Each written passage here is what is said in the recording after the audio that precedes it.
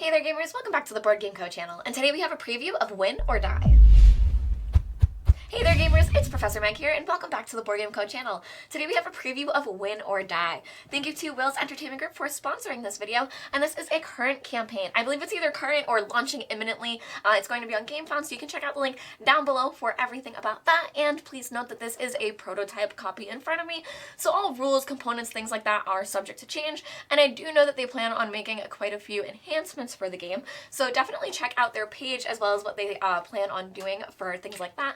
But that being said, all of the mechanics and gameplay are here right in front of us, and if you'd like to see exactly how this game plays, there will be a gameplay on the channel between Alex and I, so you can also look forward to checking that out as well.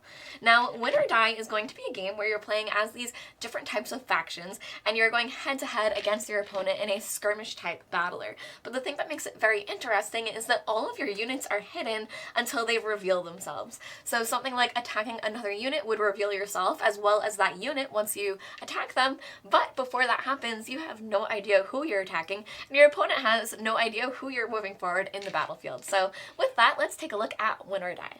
So you can see here that I have two different factions set up. So when you start the game, you will have your different factions that you are working within. For example, over here we have the Chaos Realm, and over here we have the Ivy Republic. So all of the units that you are going to be playing with are going to belong to those specific factions. Now, when starting the game, if you have multiple copies of the game, you are able to play as both the same faction, but if not, you will have to either choose which faction you're going to play as, or there is a way to randomize that for you as well if you like that option. Now, once you do that, you have these handy sheets, and you're able to use that to make up your different armies. However, there is a system of 20 morale points, and you can see that there is morale here up in the top corner of the cards, and that's what you use to build your different legions. So if you should choose to make your own legion instead after being a bit more familiar with the game, you are completely able to do so, but otherwise, if you are trying out new factions or just starting the game, you are able to build these different armies as well, and they even give you a little bit of information on what each of them is trying to do. So we have our two different teams set up here, and they've already started moving in toward each other. Now, on the board, there are two tracks, one for each player, and they're very, very important. So at the beginning of the game, once you do this, you will set your morale to 20, or a little bit less if your different legions are a little bit less than that 20 morale, and then you'll get some blue crystals, which you're able to use for other things, but you'll set your morale to around 20, not exceeding that, and then you will also have your fatigue tracker. Your fatigue tracker is basically your round tracker where it's going to progress at the end of every turn, and once it reaches 8, you will lose. So that is one way for you to lose the game, is if you are not able to battle fast enough and get through this, where there are only 8 rounds to do so, and then you will hit your fatigue. Now, another thing that your opponent is trying to do is get your morale to meet your fatigue. So they're both different tokens that are here on the board, and once they do meet, you also lose. If your morale also surpasses your fatigue, for example, if your morale went down to here, you would also lose, if you lost someone that had that much morale. But that is a way for you to lose the game, or alternatively, that is a way for you to win the game if you're able to do that against your opponent. Now, at the beginning of the game, once you have all of this set up, you will set up your different legions along your side of the board and then start using command actions. Now, the command actions are going to be these tokens that you are able to place on top of your units, showing that you have commanded them that round. So, for example, you would take your command token, place it on a unit, and then do the different actions available that you would like to do, such as move. That's how all of these units moved forward throughout the game, and that's something that you'll be doing. Now, you are able to place multiple command tokens on one unit up to 3. So you can command the same unit up to 3 times per round. However, you are limited to the number of command tokens that you have to 6 per round, so it can be a bit tricky what you decide to do. However, all of these units have different special abilities, and some of them do let you do free actions. So we're going to go over all of that in a bit. I don't want to get ahead, but these command tokens are what you're going to be using round over round to activate your different units across the board. Now, as I said at the beginning of the game, the units are all hidden to your opponent, so it's a little bit tricky to see the way the board is currently set up, but if the red player was sitting over here looking this way, they're able to see all of their different units that they have placed into these holders. So for example, you can see that this is what the opponent sees, and it currently has a dial set to 0, meaning that it has 0 damage on it. But if I flip it this way, you can see that there is a tile placed in there, and this is going to be our Sphinx, and when we choose to attack with this, this, that's when it would be revealed. So for example, if we chose to activate this unit this turn, we would be able to place a command token on it, and this one is able to move up to 6. So he's going to move 1, 2, 3, perhaps, up to this unit. Now they have no idea what this unit could be. However, this Sphinx is pretty strong, so he decides he wants to now attack. So to be able to attack, you would place another command token on it to activate it again, and then you would reveal it to show what it is. This is showing off my Sphinx, which I will go over what stats are and attacking looks like in just a second. But first, you would be able to reveal the opponent's unit, and then after that, as long as the unit is still a valid target, if it doesn't have something that lets it do something different in a response to this, then you would attack it as well. So we will show this over here, and wow, this is the Falcon Prince, and if this unit is taken out, then it would be 4 morale lost for this team, so that is very detrimental if this player is able to do so. Now we will go over the different stats where you saw that movement is that first box there.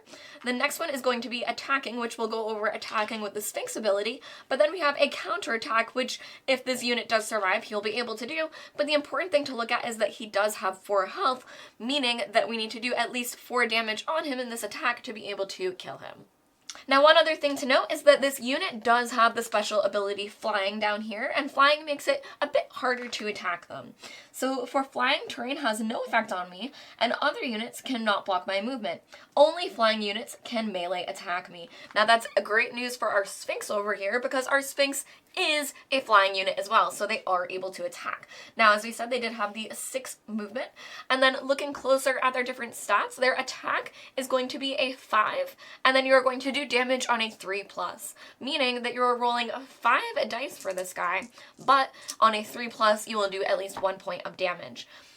Then they also have their counterattack, which will apply during this, and they also have 3 health, which will matter depending on that counterattack. So let's move forward with this, and then we will roll our 5 dice to attack. All right, that looks like we got 3 hits there. 3 hits is not enough to kill, but it is enough to do 3 damage to this unit. So you would adjust the dial to place 3 damage onto him. He is pretty close to death. And then after that, he is going to be able to counterattack. Now, his counterattack dice are a 0. However, you get +1 for each ally next to you. So he does have an ally next to him. He is able to roll 1 die, which won't be enough to really hurt the Sphinx, but it'll at least put some damage on them. Now, he rolled a 2 and would need a 3+, so unfortunately, that does not hit. Now, as I said, you can command units up to 3 times, meaning that we can command this Sphinx 1 more time. Now, this is where you have a very strategic choice in the game. If you decide to have that one unit take 3 actions, you only have 3 more actions among all of your other units. Now, you could attack again, and that would probably kill the prince, and that being the prince, I probably would move forward and do that. However, if it was a unit that was a bit lower, maybe not worth trying to kill right away, with 6 movement and flying, I would maybe move him back and bring him somewhere that's a bit safer. That way I can use my other units and perhaps bring them closer together. So this is a very fast-paced game where these units are going to be moving all around, attacking and unveiling each other. So it is going to come down to exactly which units you choose to activate, how you choose to use them, and if you choose to move them away or just keep them in battle until they're gone. Now that you know the general gameplay of the game and how you would be activating your different units, a lot of the complexity and decision making in the game is going to be the different units that you have and who you choose to have work together, because there's a lot of synergy within the different factions and how the cards operate together. Now, on all of these cards, you're going to have 4 different types of abilities. There are action abilities, which are going to be actions that your units are able to take. There are also passive abilities, which are going to be ongoing for your different units, and for your passive abilities, you do not have to be revealed to use those. For your action abilities and for most other abilities, you do have to reveal your unit, but for passive abilities, you do not, and they are in effect. Now, there are also reaction abilities, and that's when you're going to be able to react to certain situations. And then finally, there are ultimate abilities, which are able to be used once per game. So these ultimate abilities are for your different leaders. Your leaders also do not provide morale inherently. However, when leaders are killed, typically you will lose a huge chunk of morale when that happens, so you want to make sure that you are protecting them. However, they do not have morale inherently on their card. Alright, now you've seen the Chaos Realm and the Ivy Republic a little bit, and if you would like to see more of those two factions, I do highly suggest checking out the gameplay that is on the channel, but we're going to take a look at some of the abilities and cards from the Central Continent. So here, this leader has all passive abilities, which is really interesting, and the first one is Strategy. Ally can be commanded 4 times each round, so that's a unit that can be commanded up to 4 times instead of the typical 3. There's also Balance of Taiyi. If the opponent and we have the same number of units in the graveyard during the fatigue phase, gain 2 extra command tokens until our next fatigue phase. So that's another way to get even more command and additional actions for this faction. And then finally, they do have the ability Fallen Leader, which is that you will lose 10 morale when they die. So that is something that's bad and detrimental, but typical for your different leaders. And then looking through the other cards, we have here the Fire Killing Guard, and you can see that they move for 2, they attack for 0, but on a 3+, but they will get additional dice for any of the allies that are next to them. They have 3 health, but they have this ability here, Fire Mines. Place 2 Fire Mines adjacent to spaces without units. Now those are going to be different tiles that you are able to place out, and these are terrain effects that will take effect and be detrimental for your opponent, and this is an ultimate ability that you would be using. And then finally, they also have these 2 actions available, which are Clear Mines, remove an adjacent Fire Mine token, and Kill and Fire, reveal and deal 1 damage to an adjacent unit. So that's a way for you to reveal units and be able to attack them without having to roll, which is why his stats make sense. Now, moving forward, we also have the Tiger Armored Tank. So this is a tank that this faction would be able to use. So you can see that their attack is a whole lot more hefty, rolling 4 dice. However, it's only successful on a 4+. And it has 6 health because it's a tank. Now, this action ability is Stationed Form. Replace this card with Tiger Armored Turret, keep all damage I took. And then it also has Range Attack. Reveal and attack a unit in range 1 to 3 that is within line of sight instead of melee. Now, let's go find that Tiger Armored Turret to show you exactly what that would look like, because that's how you can see how these different cards can evolve into something else. Now, here's the Tiger Armored Turret, and you can see that this is a different form that these turrets will take, where the first ability is Assault Form. Replace this and take the Tiger Armored Tank. So this is how you would switch between the 2 different forms. However, this one has the ability Bombardment. Choose a space exactly in range 4 or 5, reveal all units in and adjacent to that space, then deal 2 magical damage to all those non-flying units. So this is a huge way for you to be able to reveal a whole bunch of units at once. However, you do have to build up to be able to use this turret, because the turret is stationary, it doesn't have any movement, whereas you would have to turn back into the tank to be able to move it back around the board again.